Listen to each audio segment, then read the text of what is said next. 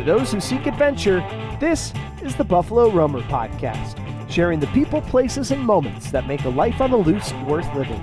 The thing that's going to stick out to you most is when they open up that plane door. The cold is something like you've never felt. The jungle's so thick, even if you had a machete, you couldn't get through it. There's a huge blonde grizzly bear. And when it saw us, this thing put its head down, stomped on the ground, and hissed like an alligator. I just crossed this brutal stretch of desert, and I was really suffering. I'm your host, Will Collins. I'm an adventurer, outdoorsman, and roamer of wild places. I've backpacked the Brooks Range, rafted the Grand Canyon, and have canoed from source to sea, both the Mississippi and Yukon Rivers. I live for adventure, travel, fresh air, and diving into the unknown. And now, I hope to share my passion with you on the Buffalo Roamer Podcast. All right, episode 53 of Buffalo Roamer Outdoors. Here we go. Thanks for tuning in yet again. If you're enjoying the show, make sure you're subscribed. Also, check out more at buffaloroamer.com. I'm pretty excited. We got a group going for a Buffalo Roamer canoe trip to Moab, Utah, coming up here in a couple weeks. So getting ready for that. That one's going to be a blast. A group of 6 of us going on that trip. So you can check out buffaloroamer.com if you'd like to join us on a future trip or read some journals or all kinds of other stuff. Okay, today's show, Buck Nelson is on the podcast. Buck is an awesome guy, super interesting. I've been wanting to get him on the podcast for a long time. He is a smoke jumper. He was a career smoke jumper up in Alaska fighting wildfires. He says that was the adventure of his life. He's hiked just about every through trail you can, the ACT, or the AT, the PCT, a couple of them in Canada, you name it. He's canoed the Mississippi River. He did 70 days alone in Alaska, just by himself with no food. He foraged, caught, or hunted all of his food for 70 days. He just took a boat out there and a tent and camped in the woods for 70 days with absolutely no food other than what he could hunt and gather. And he's just a super interesting dude. His website is bucktrack.com. And without further ado, episode 53 of Buffalo Roamer Outdoors with Buck Nelson. Pleasure to have you, man. I got to say, it's been, you've been kind of vaguely on the list of this podcast. We're now in over 2 years deep, and I think this is somewhere in the mid-50s this episode will be. And you've been kind of vaguely one of the figures that, as I first thought about this podcast, I was like, oh man, I'd love to talk to that guy. And my connection and how I know about you is in 2017, I canoed the Mississippi River. And at that time, I think there's more out there now, but at that time, I want to say your website, bucktrack.com, was one of the few resources that I found, at least, about canoeing the Mississippi River from source to sea. So that's kind of where I found you, and I used some of your information on that 2017 trip I did. And then obviously there's a plethora of information and stories and tons of cool stuff on that site, bucktrack.com. So pleasure to speak with you. Yeah, thank you. A lot of people do come to my site for information about canoeing the Mississippi. It's interesting as time goes by when planning adventures, it gets easier and easier to find information, it seems like, with the internet and people sharing information. Yeah, absolutely. Well, give me, if you would, give me a rundown of kind of your outdoor adventure, I guess just a bullet list, because going through your site just a few minutes before talking to you, sometimes I talk to folks, and there's so much to get to, there's no way you could cover even a little smidget of some of the things folks have done. And you definitely fall into the category. I mean, between all of your through hikes and wilderness foraging trips and survival trips, there's a lot there. So can you give me just kind of like a bullet point of some of the stuff you've done? You know, I always say, like, the big adventure of my life was smoke jumping, parachuting to wildfires. And not only was that a great adventurous job with a lot of really cool people, but it kind of gave me an idea that I could do whatever I wanted to do. Growing up, it just seemed like other people somewhere had the big adventures. And when I got into smoke jumping, there was a lot of people doing a lot of really interesting things. So one of the first big adventures I did beyond smoke jumping was hiking the Appalachian Trail.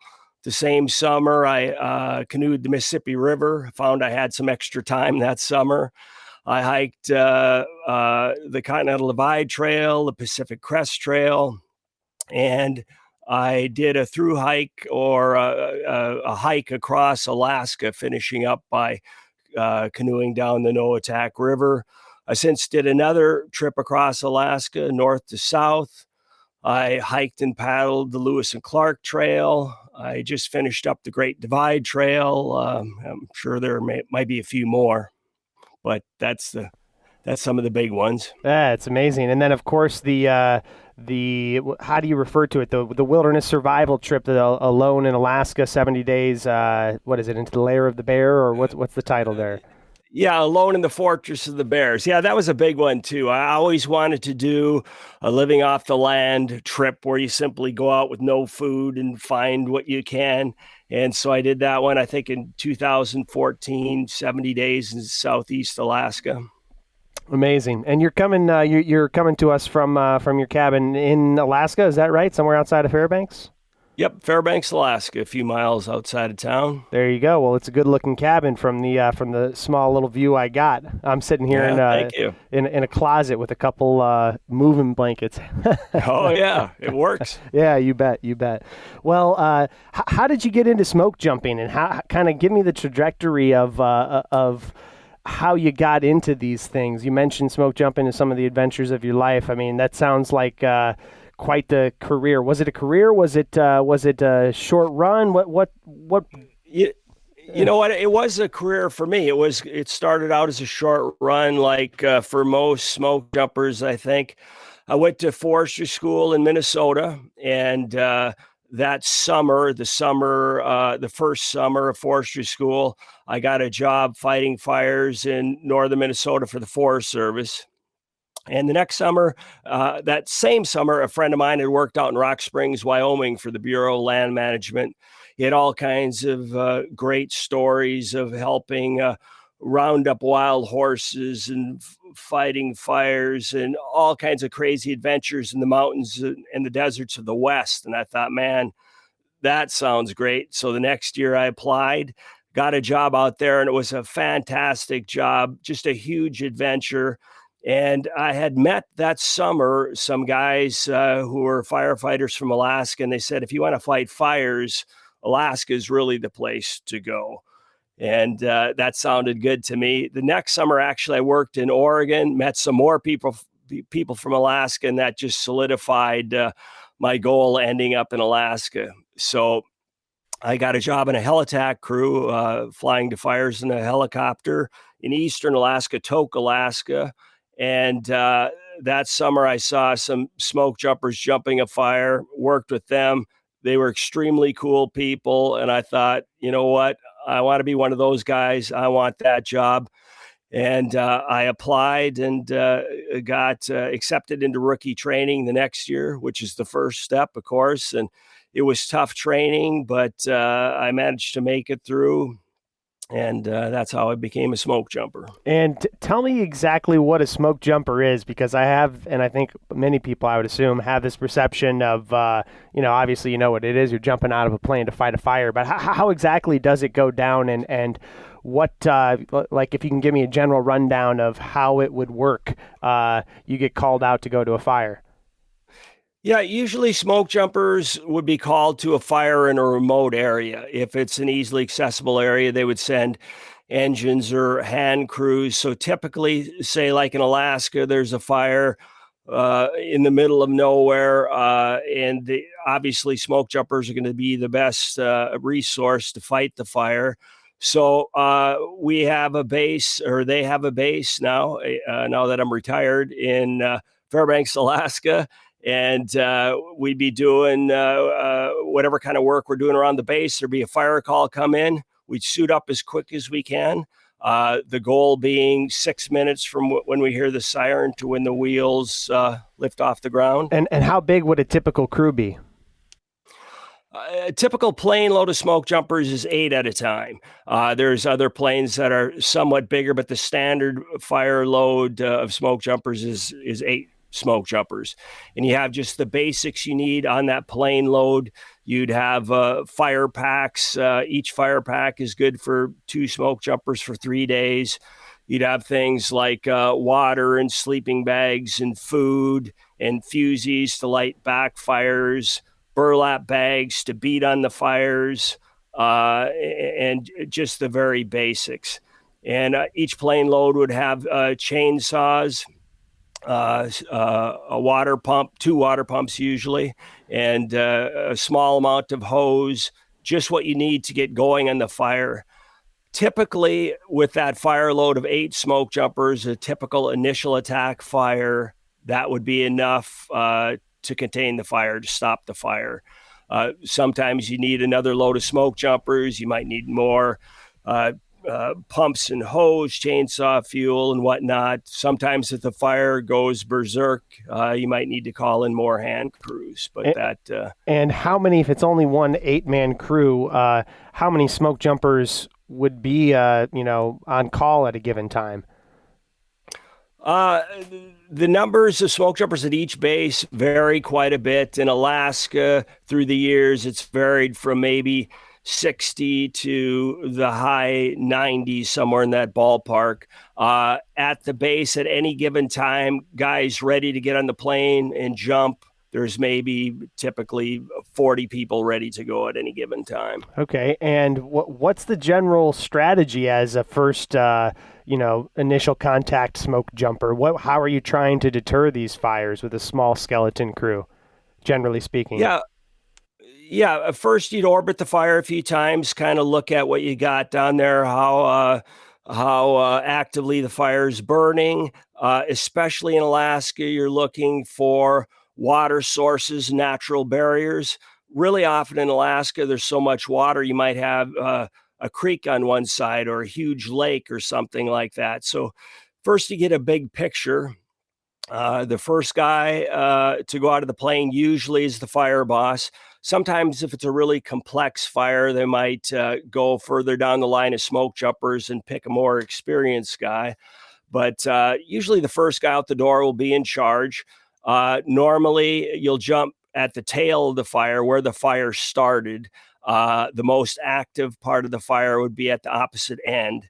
And the reason you jump there is it's the safest, and it's also the most sensible place to start fighting the fire because it's the least active. So really commonly in Alaska on an active fire, a fire that's going pretty good, you jump an 8-man load. You'd start at the tail of the fire where you jump, and you'd have 4 guys work each direction.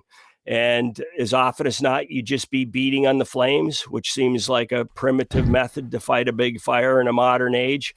But usually it works pretty good. Usually beating on the flames, with what are you beating on them with? Back in the old days, we used primarily spruce boughs. We take a small spruce tree. We carried little miniature machetes. We trim them up to the shape of a broom.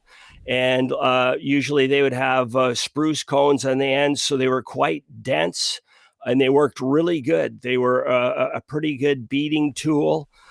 Each blow, you might put out a foot of fire, and if you get 4 guys going each way who are willing to work hard all night long, as often as not, you could beat your way all the way around the fire and stop the fire in the first shift. That's insane. Yeah, it is insane. It sounds ridiculous, but that's the way it's done up here.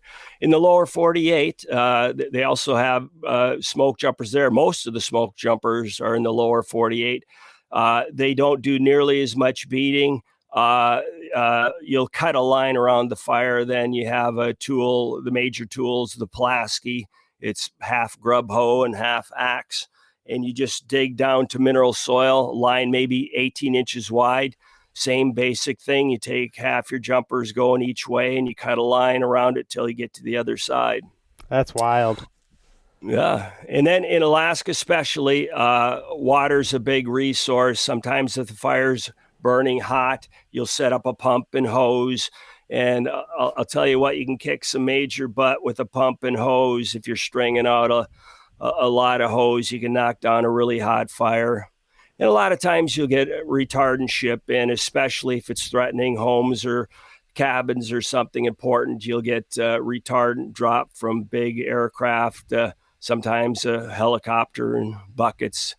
You have to be really adaptable and kind of think on your feet and not give up. Sometimes when you're looking out of the plane, it looks like the fire is going to be impossible to stop. Sometimes it is. Sometimes it is impossible to stop. Almost always, smoke jumpers can eventually stop it, or maybe 90% of the time. Wow, Yep. Impressive. Any particular close calls or stories that you remember from your career? Yeah, the craziest fire of all, as far as danger that I was on, probably was a fire down by Delta Junction, Alaska. Most of the guys who were on that fire, I think, would probably agree that that was the craziest, or among the craziest fires they were ever on. It's a famously windy area. When you got a fire call to Delta Junction early in the fire season, there was usually a lot of people were concerned that it would be a rough fire, and it tended to be because of the wind. And this fire was kind of typically dry and windy, and it was fairly large, and it was getting larger fast. There are already people on the ground doing the best they can, firefighters from the state of Alaska who are also expert firefighters. And we jumped and split up. I think we had two loads. It was two loads of smoke jumpers to start out with. I was in charge of one side of the fire, and there was another crew on the other side. We're making good progress. And one crazy thing on this fire, which is actually not that unusual in fighting fires around Fairbanks and Delta Junction, Delta, Alaska. This happened to be on the edge of Fort Greely. Is the military does a lot of training. So there was ammunition starting to cook off in the fire. And so that was crackling. Jeez. Small arms stuff. Yeah. The small arms stuff isn't that big of a deal, but the crew, the guys working farther up in the head, they called me on the radio and they said, you know what, we got some bigger stuff going on. Like some grenade simulators or whatever. So there were some bigger explosions. And I said, you know what, let's just pull back on this side. And the wind changed 180 degrees. So there was a big column of smoke rolling up, a lot of hot fire, and the wind changed 180 degrees. And so it created these fire whirls. So there was two fire tornadoes going on each side of the fire, and one was coming towards us. And those guys, luckily, were already pulling back on our side of the fire. And I saw a friend of mine running from the fire tornado, the fire whirl, and it was so violent that he was actually having to lean as he ran. And I remember him holding on to his hard hat, and I thought, Murray's going to get sucked into that fire tornado. And I was running as fast as I could on my side. There were some crews that had been flown in, a crew on my side of the fire. One of the smoke jumpers was leading them to the safety zone. All the smoke jumpers normally don't need to be told what to do. They're usually doing it before you could tell them. So they're already running towards the safety zone as I was. That friend of mine made it away from the fire tornado. So we all ran to that safety zone. On the other side of the fire, one guy got caught, but not seriously injured. He got lightly toasted around the edges, burned his ears and stuff. But it was really unsettling. And then subsequently, just to back up a step, I remember laying in the safety zone then. The fire was sweeping over us. There were parachutes of cargo going back up in the air. They had heavy cargo on them, and the wind was lifting them back up into the air. From the heat. And I remember from the heat and the wind. I mean, it was really crazy. I had never seen anything like it. This was maybe my 15th year of firefighting. Wow. And I remember there was a young lady about 19 years old in the fire. She'd never been on a fire, and we're laying face down in the dirt, nose right in the dirt. And she's going like, are we going to be okay? And I didn't know, but I thought we would. And I said, oh yeah, we're going to be fine. Oh yeah. This is normal. Yeah. And it was just a crazy fire. Like I say, the other side blew up. They ran for their lives. One guy got burned, not seriously, but it was a big deal. And then subsequently, there was another huge blow up, and I had a crew on that side of the fire, and we had to be evacuated.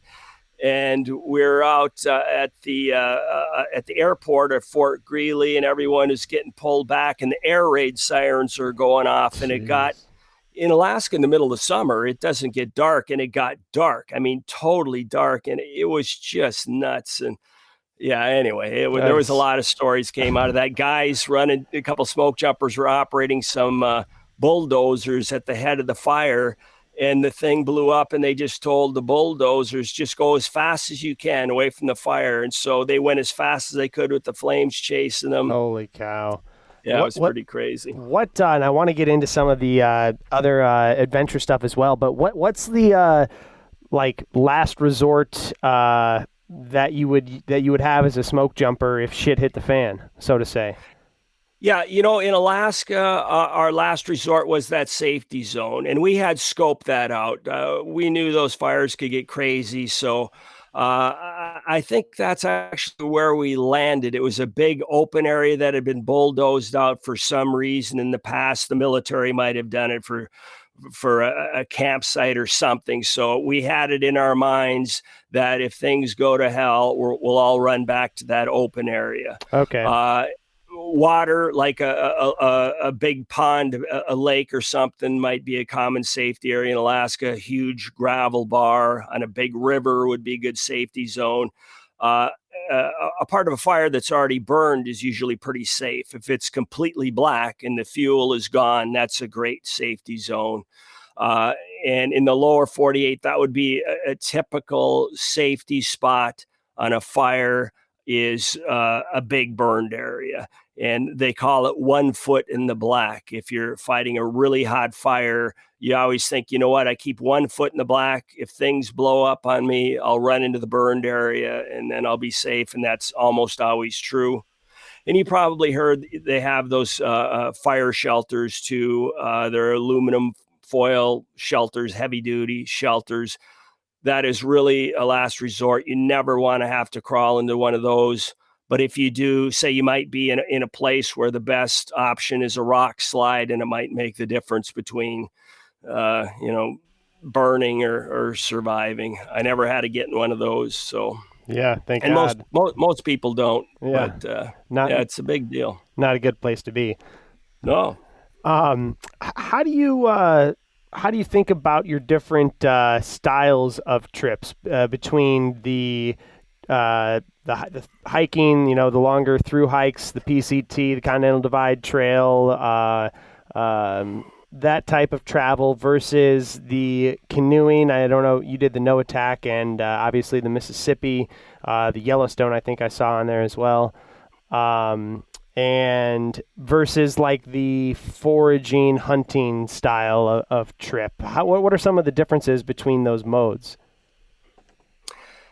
Yeah, it's all different, of course. Some of the stuff like the living off the land trip, it was just kind of like my own deal from front to end, right? There's no app to help me figure out what I was going to do from day to day. I was just winging the whole thing as I went. And through hiking, of course, is pretty straightforward. Even if there's no app, even if it's not a planned route, you pretty much know you're going to start from where you camped the night before and walk as far as you reasonably can towards your goal each day. So a lot of the stuff I've done other than through hiking, I would say that's the big difference, is I'm kind of figuring it all out on my own, and most of the days are largely an unknown. I'm kind of winging it as I go, which is kind of fun, but it's all good. It's all good in its own way, and it all has its own challenges. And of course, there's lots of downsides to it. There's a lot of times where it's frustrating and tiring and challenging in ways that aren't so fun, but it adds to the adventure in itself. So tell me, give me a background, or tell me a little bit about the Alone in the Fortress of the Bears trip, the 70 days, I believe it was, alone in Alaska. So you went out there with no food, just with the goal of hunting and foraging and living on the land for 70 days. Is that right? Right. That's something I always wanted to do. And like I said in the foreword of my book, when I was a kid, my little brother and I, when we were little kids, we would go out and do that, say, over a 3-day weekend. And we thought that was great. We'd be hunting squirrels and picking berries and wild grapes. And like our big game would be a ruffed grouse and stuff. And someday I always wanted to do something similar to that in Alaska or somewhere else. So the one year I just said, this is going to be the year. And I started looking at some maps, and I figured probably the best place would be in coastal Alaska. I think there's a reason why some of the most powerful tribes in Alaska lived on the coast. There was a lot more available foods during more seasons there. And the big challenge for me in that trip is I wasn't a coastal guy. I didn't understand that ecosystem. I had never trapped crabs. I didn't know how to fish for halibut. I hadn't spent much time along the ocean, so I didn't really understand the tides and all that type of thing. So there was really a lot of winging it there. And, it's funny how you can plan, and you never really know how things are going to go until you're on the ground. And so one of my first big concerns is where I was going to have the plane drop me off. I was looking at the topo maps, but they don't really show you specifically what's there. Right. So I didn't know if there'd be a camp spot. I didn't know if it would go up in, super thick, brushy forest up into the mountains, and I'd have no place to set up my tent. Luckily, I did. I found a spot. But then I'd been told by people from Southeast Alaska that there would already be berries ripe. I'd be able to immediately start picking berries. So I thought, you know what, that's going to be I can get by for a week or two on berries if I need to till I kind of get oriented. There were no berries. There were a few green berries.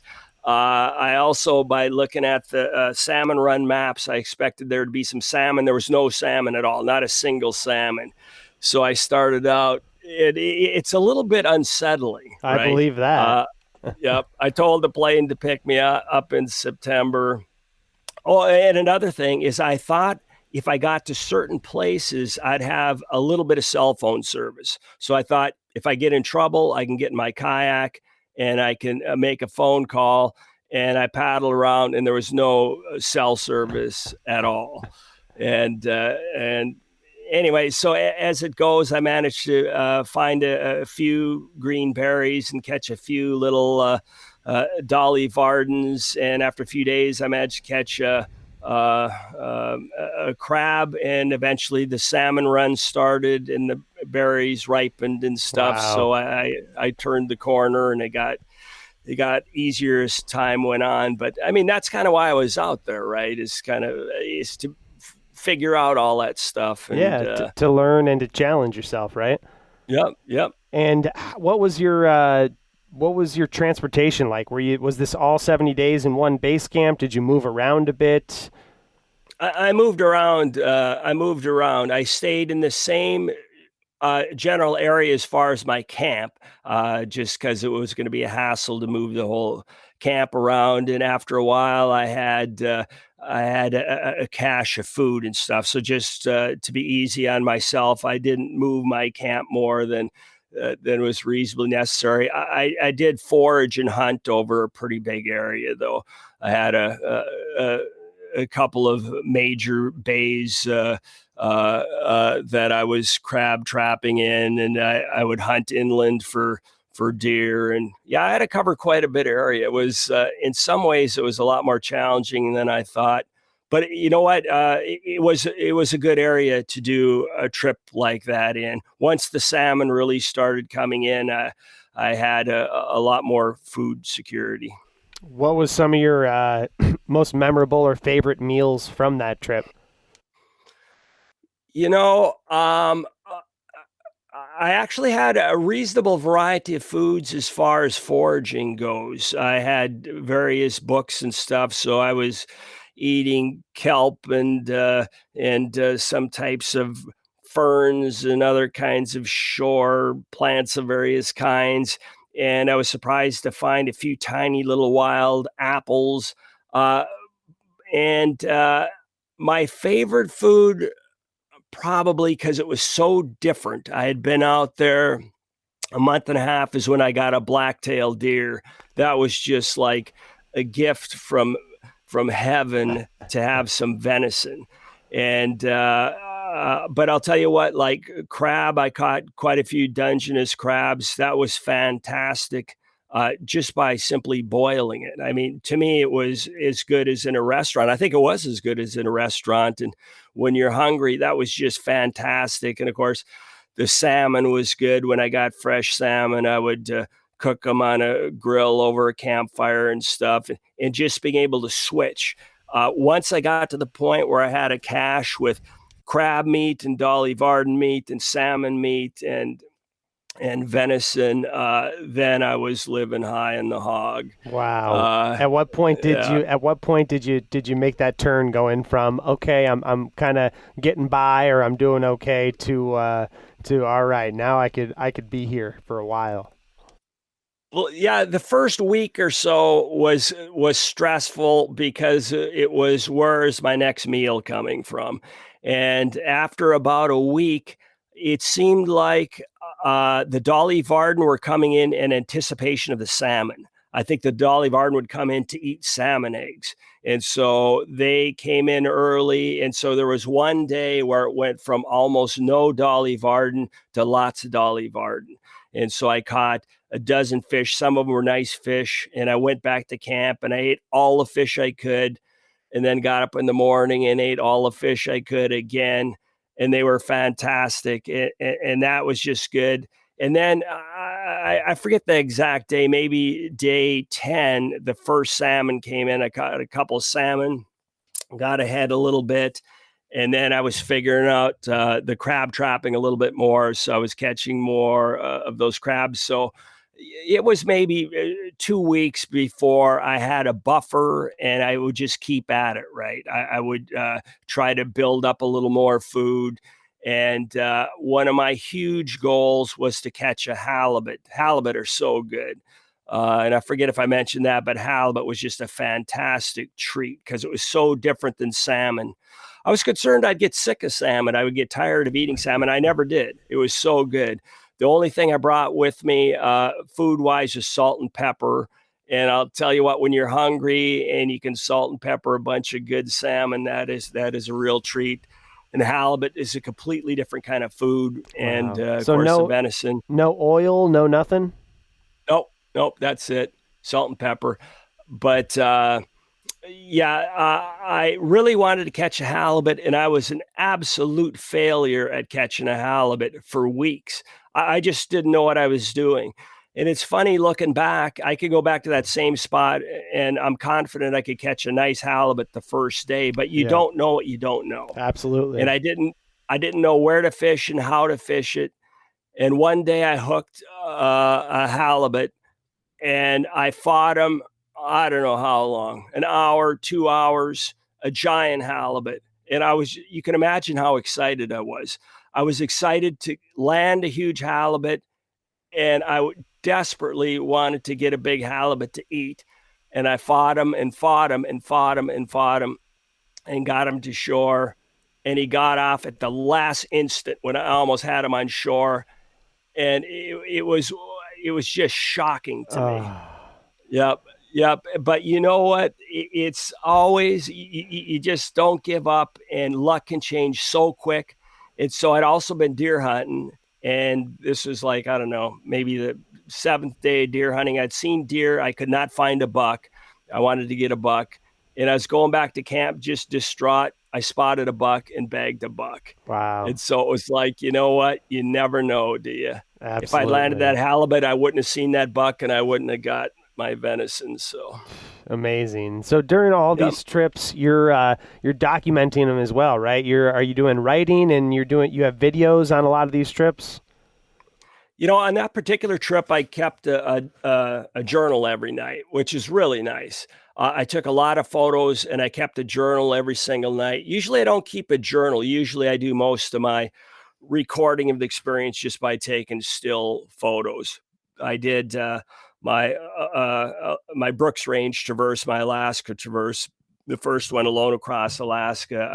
I did a video of that. I took video of all the most interesting things, thinking someday I might want to tell a story. And I didn't know that I would make a video, but when I got back, I started looking at my footage and I had some good stuff. I had a lot of interesting grizzly bear encounters, and I had seen wolves chasing caribou. Like one day, these black wolves were in hot pursuit of this caribou, and I was just floating down the river, just going, holy smokes. I mean, how often do you get to see that?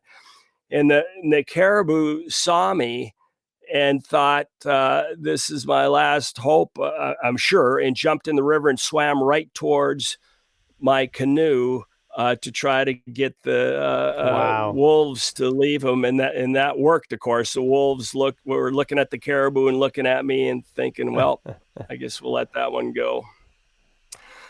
Yeah. So, I ended up getting a lot of good footage. Amazing. And so, you know, I don't know anything about making movies or anything, but I edited it together and I think it turned out pretty good, mainly because I had so much good footage of so many dramatic events and scenic places. So the two Alone Across Alaska trips, so the Brooks Range Traverse, give me a little rundown about that trip. It was backpacking and pack rafting, it sounded like, maybe? Yep. Yeah. Inflatable canoe. Yeah, I guess you'd call it an inflatable canoe. But yeah, I read about a guy in National Geographic. His name is Keith Niatry or something like that. That's his last name's wrong. But many years ago, he had done a traverse across the Brooks. And so I had it in my head that someday when I retired from smoke jumping, I'd like to pull off a similar trip. So I decided to do a somewhat different route than he did. I landed in the eastern Brooks, right near the Continental Divide of the Brooks, hiked to the border, and basically followed the Continental Divide of the Brooks westward. And one of the main reasons I did that is I didn't know specifically what places were hikeable and what weren't. And I didn't want to hit a series of big rivers that would be impossible to ford or that would require a raft or something. So that was basically it.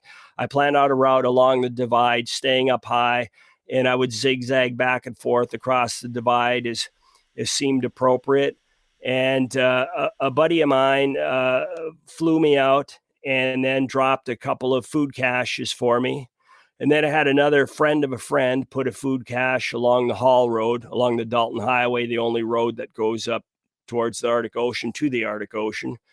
And then the only village I hiked through on the whole trip was Anaktuvik Pass. I mailed a package of food there.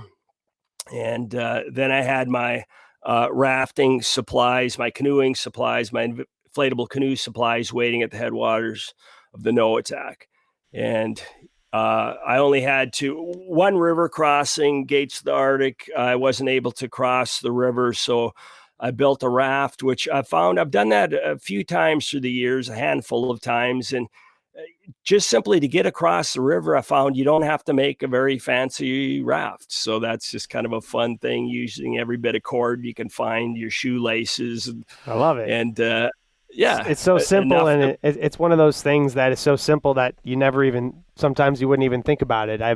There's been many rivers that I've had to wade out, and they're too swollen, and a raft is a great idea.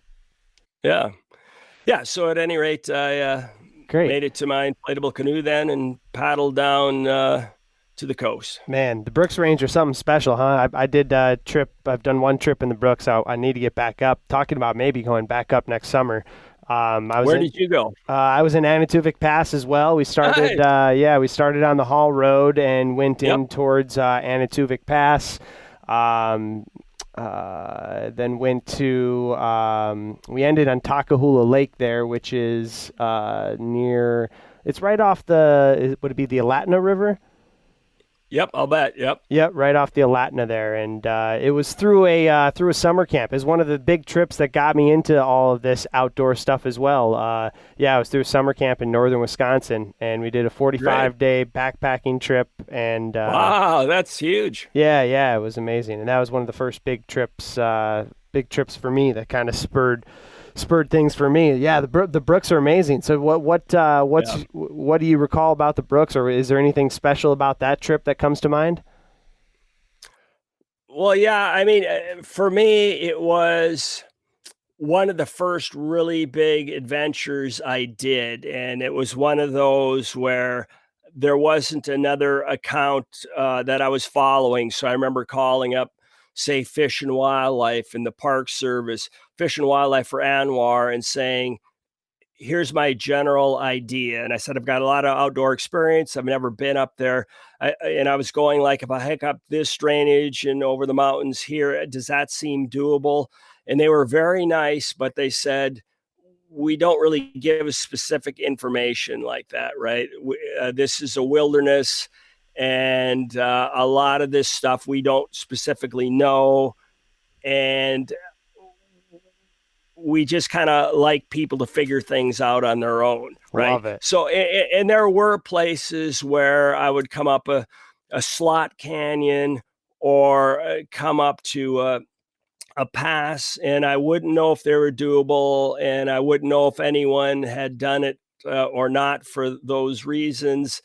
And that really added to the adventure. It made it a lot more stressful at times, but it made it a lot more satisfying adventure overall, just not knowing and just winging it. How about wildlife encounters? I know grizz up there are abundant, and you can typically see them from 10 miles away. Yep. Yeah, I had a lot of wildlife encounters.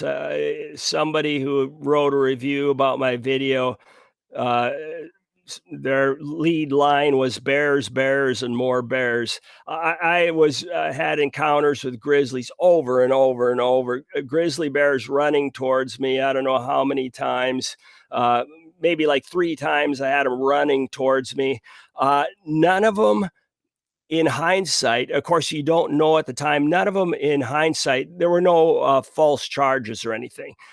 My theory, which I'm confident is usually true, the reason they're doing that is they're in the middle of nowhere and they're used to being the boss, and anything they see walking out there, they think they might be able to eat. And they're hoping that you're a caribou or something with a broken leg and they can get you. So they would almost always, those that were doing that would go running towards me until they got close. And when they smelled me, they go, oh, and they turn around and run. But it was always thrilling and tense until you knew what they were doing. I'm sure you saw plenty of grizzlies in your trip, huh? Oh yeah, plenty. And the one that comes to mind as you mentioned all that stuff is kind of a mixture of all of that.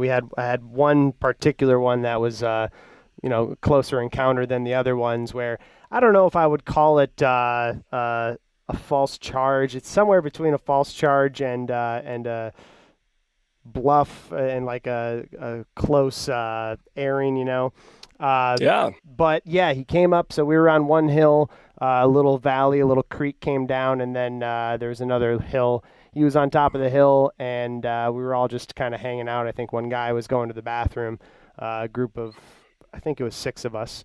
And, we said, hey, Grizz, over on the next mound, no big deal. We've been calling out grizzlies all day, all trip. But for whatever reason, this one came down into the valley towards our mound, and we kind of lost sight of him. We're like, okay, just kind of be aware, whatever, no big deal still. Sure enough, he comes up out of the creek onto our mound and gets pretty close to us, and there was 2 or 3 times where, he went down and then ran towards us, put his nose up, and was kind of showing his teeth and winding us, and then came back at us again. And finally he did that 2 or 3 times before running maybe, I don't know what it was, 10 yards, 20 feet, something like that, and showing us his teeth, smelling us, and then turning around and running off. That's pretty dramatic stuff. Yeah, it is. It was, and that's a big part of what makes the experience, right? It's not simply seeing the mountains and in the beautiful fall colors, depending on when you're there. It's having an encounter with the bear and not knowing how it's going to play out until the end. Absolutely, yeah. And the exhilaration, like you said, the exhilaration after that of watching that bear turn around and the flowing cuss words that come out after that, like, yeah, you better run. Yeah, there you go. Oh, it's quite the time. How about, what was your other? Was there another Alaska traverse or? You know what? There was a few years ago, 2018-ish. I decided I wanted to do another one and was looking at the map. I always like to mix things up. I usually don't like to do the same thing twice. And I wanted to do a north-south trip. And what I tell people a lot of times, like if you want to do a long hiking trip in Alaska, like a really long one, like a traverse, the Brooks Range makes a lot of sense because southern Alaska, so often you have some pretty horrible alders, and it might be an adventure, but not the kind of adventure you want, really. So I was just looking at the map, and I wanted to piece together maybe a way to do it with the existing river systems by river as much as I could. So I planned a route.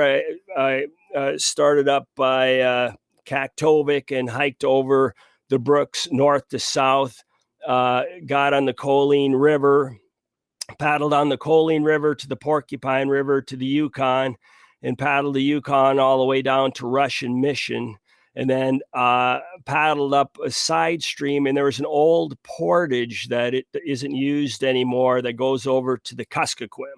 So I researched that out as much as I could, and that was one of those things that I thought was going to be quite a bit easier than it was. I had seen some accounts from maybe 20 years ago, and it was still apparently quite visible and quite apparent where the portage was. And I got there, and it was no longer apparent or visible, most of it at any rate. And to tell you how confusing it was, when I got to the end of the portage where I thought I was going to paddle, I got to where I thought, and my GPS agreed, was going to be the river I would paddle down at the other side, and there was no river. And it's like, how can there be no river? I mean, how can there be no river? There's supposed to be a river right here. And I scouted around, and I'll tell you what, that was one of the most sinking feelings the next 3 days. Oh, geez. It was kind of a bad feeling. I looked around, and a storm was coming in. I thought, you know what? And I got in my tent, and I laid there through the night, and I got up the next day and started doing circles. And I figured it must have rerouted, must have taken a new channel, which I guess happens. And I found the old abandoned channel, the old channel. It had almost no water, but most places there was enough water to paddle. And I paddled, got down to a series of lakes. And the river kind of disappears into these lakes. And then another big storm came in. And then both my iPhone that I was using for navigation, the GPS quit working on it. It would not work. So I pulled out my standalone GPS, and that also stopped working. And it was like, are you kidding me? Are you kidding me?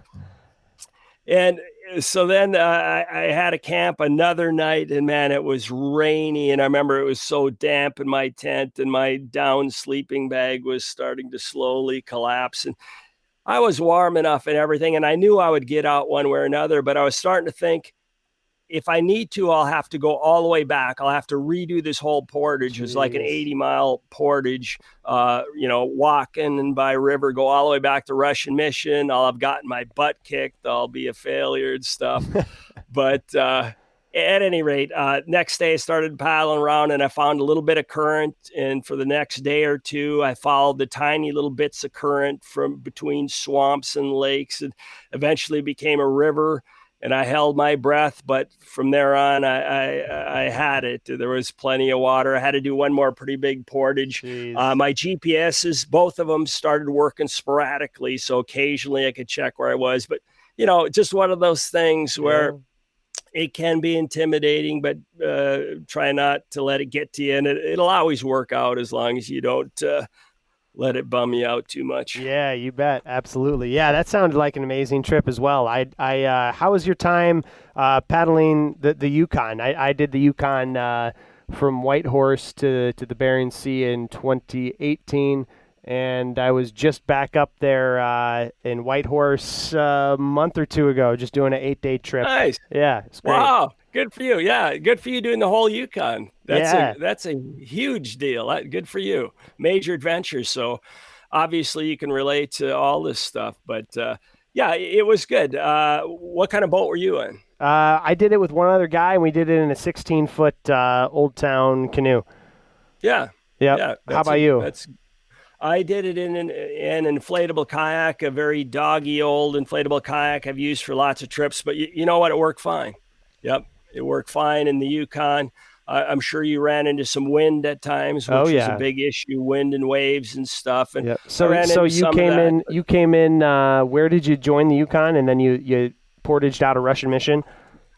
Yeah, at Fort Yukon. I joined it at Fort Yukon, and then maybe just a few miles down from Russian Mission, I paddled up a side stream and went from there. What did you do at the towards the end of the Yukon? What was your plan? How did you get back out there?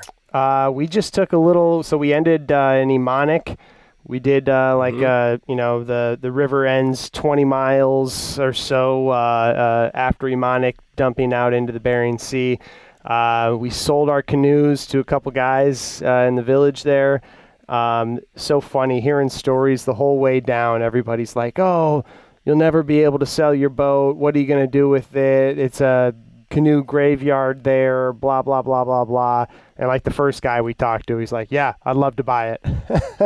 Awesome. Yeah, that's funny. Yeah. Yeah. Yeah. I often think that sometimes warnings are that the general public gives you, they're sensible warnings. And I often think that a lot of times they want you to be fearful in the same way that they would be fearful. Totally. You know what I mean? Yep. And so they warn you about things oftentimes that aren't that big of a risk if you know what you're doing, but that scares them. And so they want you to be equally intimidated. Absolutely. Yep. That's a great way to put it. Another funny thing, kind of on a similar note, is taking information from locals on these trips, right? It's like they know their little nook typically really well, but anything outside of that little nook, they'll still pretend like they know, and it's usually just way off. It's always funny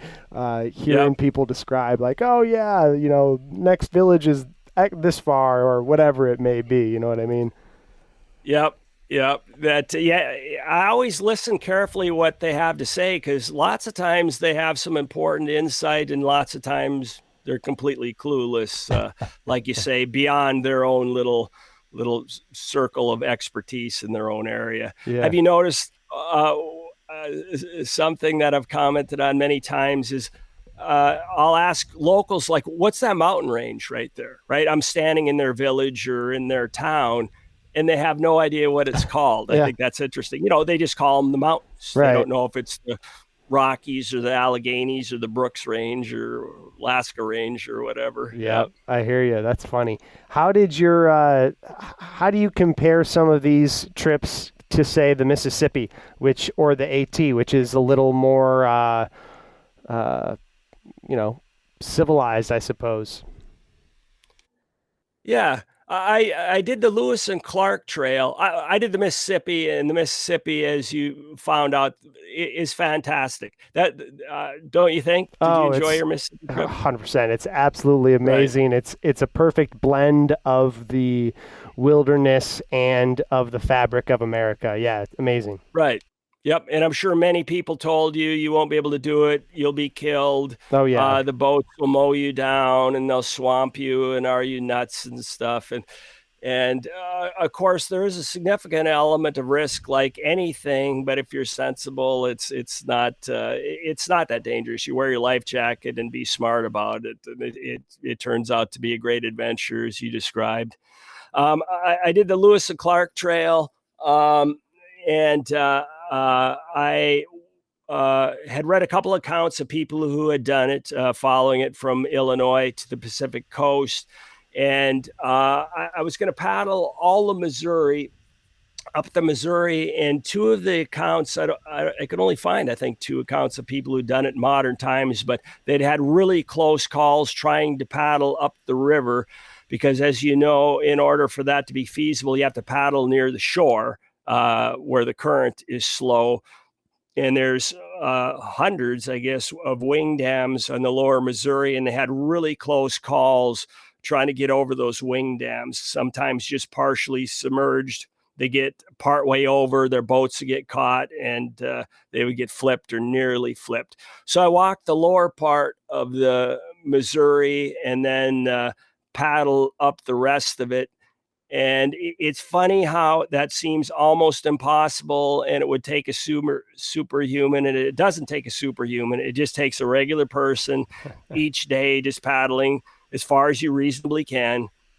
And there's lakes where you can have much longer days. You just have to be careful about wind, and you just keep at it. And it's like you found in the Mississippi. You talk to cool people, a lot of nice people do you nice favors, give you a ride into town or whatever, and you see the country and you enjoy your adventure. Yeah, I mean, that was kind of like the Mississippi, except a little bit slower and in reverse going upriver. Jeez, what I mean, that sounds to me, that sounds tough. That sounds like a quick way. I think I'm a pretty strong-minded and tough-willed guy, but just thinking about it, that seems like a pretty quick way to get your determination shot, is paddling upriver against the largest river in the country. Yeah, you could do it, and you would do it if you got out there, and it's good for morale because you can make progress, right? It's not like in my head. One of the reasons I was intimidated is when I did the Yellowstone River. When I got to the Missouri River, I turned and started paddling my canoe up the river, and it was like, holy smokes, are you kidding me? And I remember I already had it in my head that someday I'd like to paddle up the Missouri River. And after 20 minutes paddling up the Missouri River in my canoe, I just said, I'm never going to do that. I never want to do that. But I got a slightly more sleek kayak, and I just found if one of your major goals is just continuously evaluating the current, I'm not going to fight the river. I'm going to pick the easiest current I possibly can. And it's amazing how much of the time you're paddling in nearly slack current, or even sometimes eddies where you're paddling downstream in the eddies. I love it. And at the very worst spots, I would get out and just pull my kayak upstream, and you make continuous progress, and you just slowly chew up the river, and you're getting farther and farther upstream till you make it. That's great. And I love that that you put it that way too, because that's one of my favorite things about paddling in particular is there's something, romantic almost about finding those current lines and watching all the different eddy boils and trying to position your boat as you just described on the exact most efficient route. That's one of the things that I love about paddling and about traveling rivers in particular, is just the life and the movement and finding those current seams. So that does sound interesting, but I don't know. That's a big task, my friend. Where did you finish your Mississippi trip? Which end point, which branch of the river did you take? I did the main stem all the way down to Venice, and then out past the jetty there, south of Venice. How about yourself? Yeah. Yep, same. Yep. Yeah. So there's two main routes that people do. The Appalachia. I never know if I'm pronouncing it right, but I'll say it that way. Appalachia, which some folks say is what the old right. flow. If there was no locks and dams, the river would naturally want to go back there. A little more swampy, more wildernessy and pristine. But man, what was your experience going through we'll call it the main stem, which is the version that you and I did, Baton Rouge to New Orleans. Holy cow, man. Yeah. That was like white knuckle paddling every single day with all the barge and busy traffic on the side.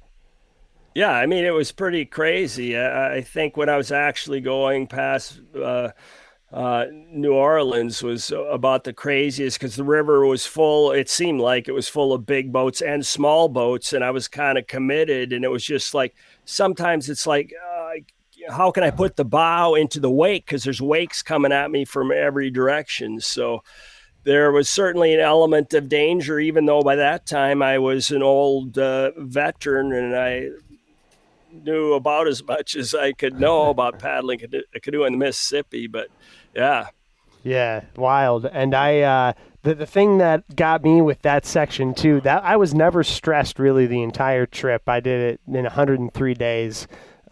Took my time and found a few nice places to stay along the way. But I was never stressed the whole trip except for that section. I was like, just because as I tell people, and as you know, the barges in the main channel, and then you have the tugboats that are like moving around the containers that are moored to the side. And so those things come out around the corner of one of those moored containers as you're traveling right along the edge of it. Yeah, there was one time I had two, never really crazy close, but the two closest encounters I had on the Mississippi. One of them was in that section where I got pinned between one of those smaller tugboats and then a big barge. And I just remember paddling between the two of them and seeing like the whites of the eyes of the captain, not on the big barge, but of the little boat. And like just us looking at each other, we were both like, oh shit, like hold on, you know? Yep. Somebody was giving me advice about doing the rivers, saying you have to be where, say, like the big tugboat captains with their rafts of barges can see you so they don't hit you. And I was going, no. I mean, it takes about like a mile to change direction. They have to be anticipating before it's time to turn. If you're in their way, they'll just mow you down. That's just the way it is. Yep. Yeah, it's funny that of all the things on the Mississippi, this goes to a lot of those different trips, I'm sure. But particularly of the Mississippi, of all the things you think of before you start that trip, it's like, oh, the barges. The barges are going to kill me. You know, how am I going to, I'm so scared for these barges. And then you realize it's like, oh, it's no big deal except for during these particular sections. But it's like, it's no big deal. It's a massive boat. It stays totally out of your way. You can see them coming from a mile away. The wakes aren't even that big when they are too close to comfort. It's really not a big deal except for in these particular sections. Yep. As long as you're smart about it, right? Yeah. As long as you, you have to take responsibility for yourself, and if you do. You'll almost certainly be fine. Yeah, absolutely. So you just got back off the Continental Divide? You were doing a trip this summer? The Great Divide Trail. Great Divide. I did the Continental Divide Trail in 2008, but this was the Great Divide Trail up in Canada. Great. And how did that trip go?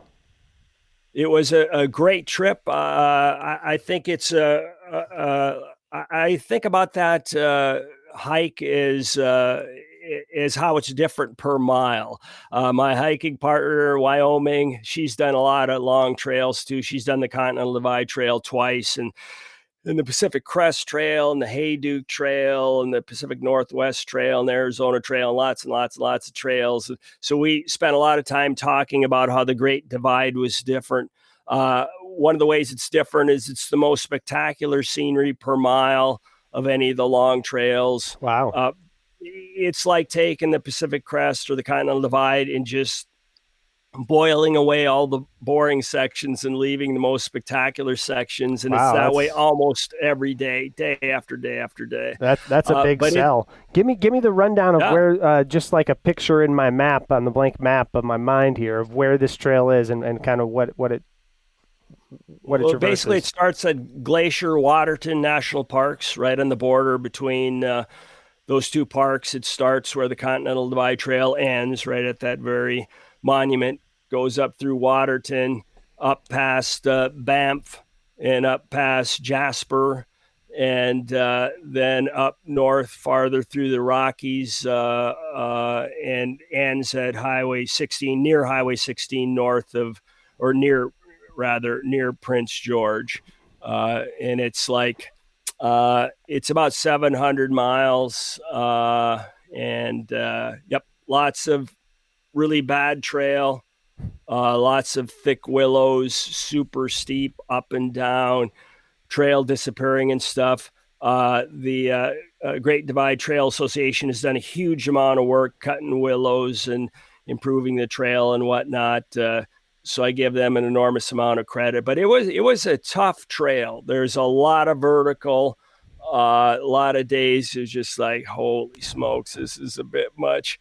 But it's like we're talking about all adventures.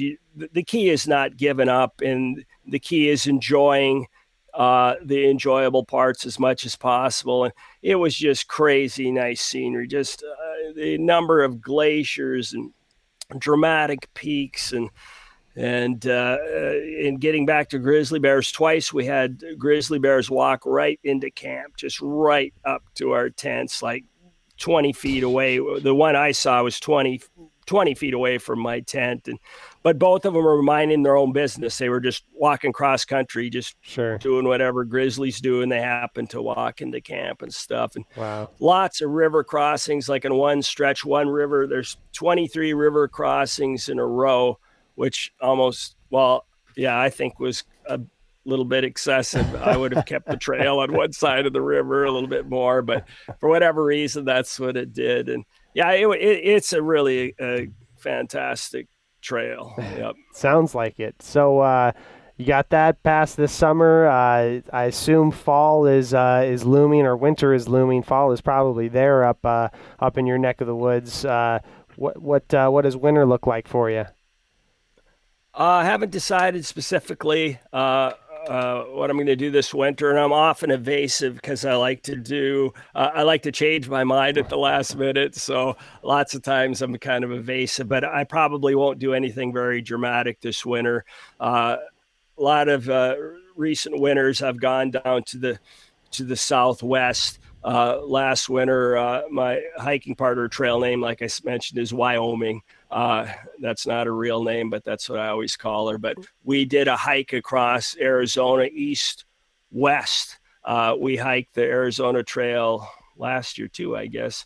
But we did an east-west hike across Arizona, and was one of my favorite types of things, where you just look at a map and wing it and find the public land and go through wilderness areas and things like that. So I'll probably go back down there. I think she's going to be working in Antarctica. And I'll probably go back down there and do some hiking and plan what I'm going to do next summer.